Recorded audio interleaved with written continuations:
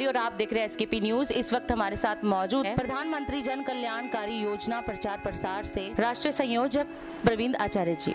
Sir, सबसे पहले तो ये पूछना चाहूंगी, ये जो प्रधानमंत्री जन कल्याणकारी योजना प्रचार प्रसार अभियान है, इसकी क्या जरूरत पड़ी, क्यों ये चलाना पड़ा? इसके बारे में मैं आपको विस्तार से बताऊं।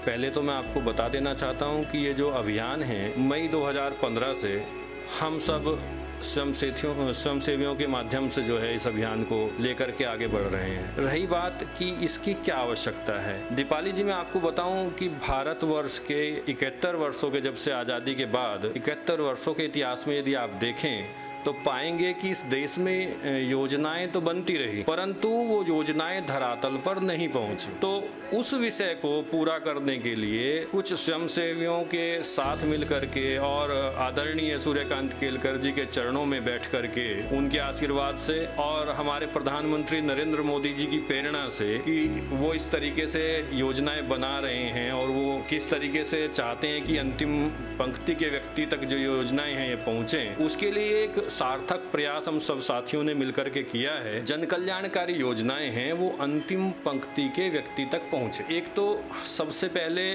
हम जो है योजना के बारे में वंचित शोषित पीड़ितों को जानकारी दें जिनके लिए योजनाएं बनाई जाती हैं। किस तरह से पहुंचते हैं आप उन वंचित शोषित पीड़ित लोगों तक? ये हमारे जो अभियान में मैं आपको बता दूं, वर्तमान में जो स्थिति है, वर्तमान की स्थिति में लगभग 23 राज्यों में हम स्वयंसेवी साथियों के माध्यम से और कर्मठ टीमों के माध्यम से और विशेष तौर पर आदरणीय नरेंद्र मोदी जी की इनके जो ऊर्जावान जो कार्य हैं उनके उससे प्रेरित जो साथी हुए हैं उनके माध्यम से हम जो है लोगों के बीच में पहुंचे हैं। पहुंचने का जो सबसे आसान तरीका यह है कि हमने लोगों को इस अभियान के साथ जोड़ा है, क्योंकि हम इसको एक जन आंदोलन बनाना चाहते हैं। अब मैं स्वयं योजनाओं के बारे में जानकारी नहीं रखता तो मैं दूसरे को क्या बताऊंगा। योजनाओं के बारे में तभी बता पाऊंगा जब मैं अपने अन्य साथियों को बताऊंगा। तो हमने प्रयास ये किया कि पहले हम उन साथियों को जागरूक करें, योजनाओं के बारे में बताएं, कौन सी टीम बना करके कि कौन सी योजना किस व्यक्ति के लिए, जैसे महिलाओं के लिए क्या योजनाएं सरकार ने बनाई हैं, जो हमारे दलित वर्ग हैं उनके लिए क्या योजनाएं हैं, हमारे युवा वर्ग हैं उसके लिए क्या योजनाएं हैं। जाकर के टीम के माध्यम से जैसे हमने सबसे सर्वप्रथम हमने राष्ट्रीय टीम का गठन किया, उसके उपरांत हमने जो है प्रदेशों में टीमों का गठन किया, फिर जिलों के बाद मंडल की स्थिति में भी हमारी जो टीमें हैं कार्य कर रही हैं अभियान की टीम। वास्तव में स्थिति क्या है कि हमें कई राज्यों में जो है युवा प्रभाग अलग से बनाना पड़ा है, महिला प्रभाग अलग से बनाना पड़ा है, उसमें भी हमने टीमें वो बना करके वहाँ गठित की हैं और वो सब साथी जो है योजनाओं को जन जन तक और उस अंतिम पंक्ति के व्यक्ति तक पहुँचाने का प्रयास कर रहे हैं जिनके लिए वो योजनाएं बनी हैं। तो जो टीमों का गठन करते हैं आप, तो टीमों का चयन कैसे करते हैं कि कौन से लोग हैं वो अलग अलग योजनाओं के लिए सही रहेंगे? इसका चयन देखिए, हम सर्वप्रथम प्रयास ये करते हैं कि उस व्यक्ति के बारे में उसका जीवन व्रत मंगा करके हम लोग उसमें देखते हैं कि उसका सोशल बैकग्राउंड क्या है, वो लोग कैसे सामाजिक कार्यों के साथ जो है वो समाज में कार्य कर रहा है, क्या वो जो हमारा जो ये विचार है, जिस विचार के साथ हम चल रहे हैं, क्या वो इस विचार को आगे बढ़ाने में सक्षम है। तो हम पहले वहाँ से उनके जीवन व्रत को मंगाते हैं। कोर टीम में जो हमारी अभियान की राष्ट्रीय टीम की कोर टीम है वहाँ उस पर चर्चा होती है, उसके बाद फिर हम उस व्यक्ति को जो है अभियान में जिम्मेवारी देते हैं जिस भी वो योग्य है। जो हम योग्यता उस व्यक्ति की देखते हैं वो सामाजिक स्तर पर उसकी क्या स्थिति है, क्योंकि जो व्यक्ति समाज में जो है सक्रिय होगा वही व्यक्ति जो है वो। इस अभियान में आपके साथ संरक्षक के रूप में कौन कौन से लोग और जुड़े हैं? दीपाली जी मैं आपको बताऊं, इस अभियान में सर्वप्रथम तो जैसे मैंने आपको बताया सूर्यकांत केलकर जी जो पूर्व में राष्ट्रीय एबीवीपी के राष्ट्रीय प्रचारक और आरएसएस के एक अच्छे वो क्या कहते हैं कि संगठन करता रहे हैं और उनका आशीर्वाद तो निरंतर इस अभियान पर बनाई है। साथ ही साथ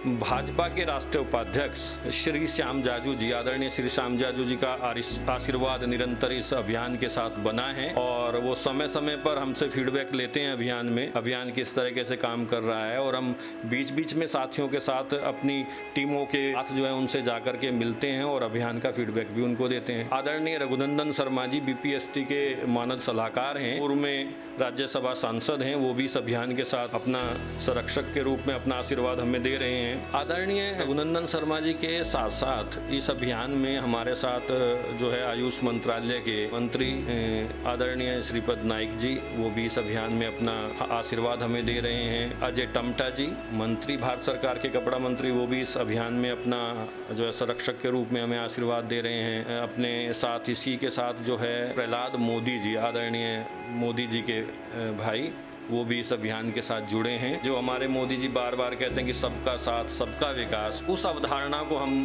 पूरित करने के लिए इस अभियान को चला। अगर हम इस अभियान की वर्तमान स्थिति की बात करें तो क्या हालात है अभी इस अभियान के? इस अभियान में मैं आपको बता दूं, एक तो अभी तक मैं आपको बताऊं, इसमें स्पष्ट रूप से हमारा जो इसको चलाने का तरीका है, इसमें सब स्वयंसेवी साथियों के माध्यम से अभियान चल रहा है। कहीं भी किसी भी व्यक्ति से इस अभियान में कोई भी सहायता कहीं से हम नहीं ले रहे हैं। सिर्फ हम सब अपने कंट्रीब्यूशन से इस अभियान को पूरे देश में चला रहे हैं। लगभग 23 राज्यों में इस समय ये कार्यरत है और सब टीमें अपने ही सहयोग पर, अपने स्तर पर कार्यक्रमों को करती हैं। इसमें बैठ के रैलियां, कॉर्नर मीटिंग्स करके तो हम लोगों को योजनाओं के बारे में बताते हैं कि ये योजनाएं किन के लिए हैं। महिलाओं के लिए जैसे उज्ज्वला योजना हमारे प्रधानमंत्री जी ने गरीब ग्रामीण स्तर की महिलाओं के लिए जो चूल्हे में लकड़ी जला करके बनाते थे खाना, आज उन्हें जो है सबको फ्री में गैस का सिलेंडर उज्ज्वला योजना के माध्यम से लगभग 9.5 करोड़ से ऊपर जो वर्तमान आंकड़ा है, वो जो है सिलेंडर जो है मुफ्त में उन ग्रामीण महिलाओं तक जो है दे दिए गए हैं। तो इस तरह की जानकारी हम देते हैं। सुकन्या समृद्धि योजना है बच्चियों के लिए, स्वच्छता अभियान का है, कौशल विकास योजना युवाओं के लिए है। अपना भरसक प्रयास ये किया है जो महिलाएं हैं उनका सम्मान इस देश में बढ़े और जो हमारी कुरीतियां हैं उनको हम दूर करके जो है इस एक भारत वर्ष में एक नया माहौल पैदा करें, उत्साह वाला माहौल पैदा करें। ऐसा एक जो कार्य है उनके माध्यम से यहाँ चल रहा है और उसी प्रेरणा से हम सब साथी भी जो है इस काम को कर पा रहे हैं। क्या लगता है आपको कि अगर महिलाओं की बात करें तो महिलाओं के लिए और कौन सी कल्याणकारी योजनाएं बना सकते हैं या बननी चाहिए? देखिए, वो तो ये डिपेंड करता है नीति आयोग पर। वो समय समय पर जो है डाटा के साथ जो है चीज़ें निकाल करके जो फीडबैक सरकार के पास आते हैं नीति आयोग के पास, उसके आधार पर तय करते हैं कि वर्तमान में क्या स्थिति है और उसके आधार पर क्या योजनाएं बनेगी। ये नीति आयोग का काम है। परंतु हमारे अभियान का, जैसे मैंने आपको बताया, हम उसमें कोई कमेंट नहीं करना चाहते हैं क्योंकि वो सरकार का काम है। हमारा तो ये मानना है कि जो भी योजनाएं, देखिए आप लोकतंत्र व्यवस्था में हम रहते हैं तो उसमें सरकारें लोगों के लिए, वंचित हैं, पीड़ित हैं, गरीब हैं, उनके लिए जो योजनाएं लाती हैं उनमें जहां उनको पहुंचाने में जहां कहीं खामी है तो हम सब साथी मिलकर के उस कमी को पूरा करने के लिए आगे आए हैं और इसको एक जन आंदोलन के माध्यम से। और ये योजना लाभ लीजिए नहीं, हम उसके स्तर पर 3 कार्रवाई अपने साथियों को करने के लिए बोलते हैं। पहली चीज, आप जागरूक करिए। दूसरी चीज, उसको आवेदन कराने में ये मदद करिए। तीसरा, जहां कहीं कमी आती है, क्योंकि सरकारी व्यवस्था आपने देखी होगी पूर्व की सरकारों में जो स्थिति रही, क्योंकि अभी भी कुछ जो सरकारी अधिकारी हैं वो सही से कार्य को, अपनी जिम्मेवारी को पूरा नहीं करते हैं, तो वहाँ कहीं अवरोध आता है। तो उस अवरोध को दूर करने के लिए हमने साथियों से बोला कि आप उस व्यक्ति के साथ लग करके उसकी पैरवी भी करिए कि उसके आवेदन की क्या स्थिति है, कहाँ वो है, उसका काम क्यों नहीं हुआ। तो उससे बहुत सारे साथियों ने अपना पत्राचार के माध्यम से एसडीएम से या जो भी कंसर्न अथॉरिटियां सरकार की रही हैं उनके साथ मिलकर के बहुत सारे लाभार्थियों को लाभ दिलाने का कार्य हमारे साथियों ने किया है। उसके लिए मैं सब साथियों को बधाई देता हूं। जैसे कि आपने बताया कि काफ़ी राज्यों में लगभग 23 राज्यों में इस योजनाओं का लाभ पहुंच रहा है लोगों को, तो क्या लगता है किन राज्यों में इन योजनाओं का ज़्यादा प्रभाव पड़ रहा है? मैं आपको बता दूं, 23 राज्यों में जो है हमारी टीमें गठित होकर के स्वयंसेवकों के माध्यम से कार्य कर रही हैं। 23 राज्यों में जैसे आपका दिल्ली है, हरियाणा है, उत्तर प्रदेश है, उत्तराखंड है, आपका मध्य प्रदेश है, गुजरात में बहुत अच्छा हमारा काम कर रहे हैं। और इसमें जैसे हमारे राष्ट्र टीम में कुछ साथी हैं, बलवंत बिष्ट जी जो प्रचारक के रूप में इस अभियान में निरंतर कार्य कर रहे हैं। उन्होंने शादी भी नहीं की है और जब से इस अभियान से जुड़े हैं वो कह रहे हैं कि मैं इस अभियान के साथ लग करके पूरे इस अभियान के जो उद्देश्य हैं, उसके जो विचार हैं, उनको निचले व्यक्ति तक उसके लाभ को पहुंचाने का प्रयास करूंगा। जयकर्ण डबास जी हैं, मुकेश शर्मा जी हैं, मोहन कुमार जी हैं, जो हमारे 5 राज्यों के प्रभारी हैं और दिल्ली में जिनके पास जो है उपाध्यक्ष की जिम्मेवारी भी हमने अतिरिक्त रूप से दे रखी है ताकि दिल्ली में और अच्छे से काम हो सके। शेखर जी जो हैं राष्ट्रीय उपाध्यक्ष हैं और महाराष्ट्र में जो है महामंत्री प्रदेश के रूप में वो कार्य कर रहे हैं इस अभियान में। अधिवक्ता श्वेता तिवारी हैं, हेमंत शर्मा जी हैं जो राष्ट्रीय उपाध्यक्ष हैं। दिल्ली में एक सक्रिय साथी और हैं हमारे साथ, भरत कश्यप जी,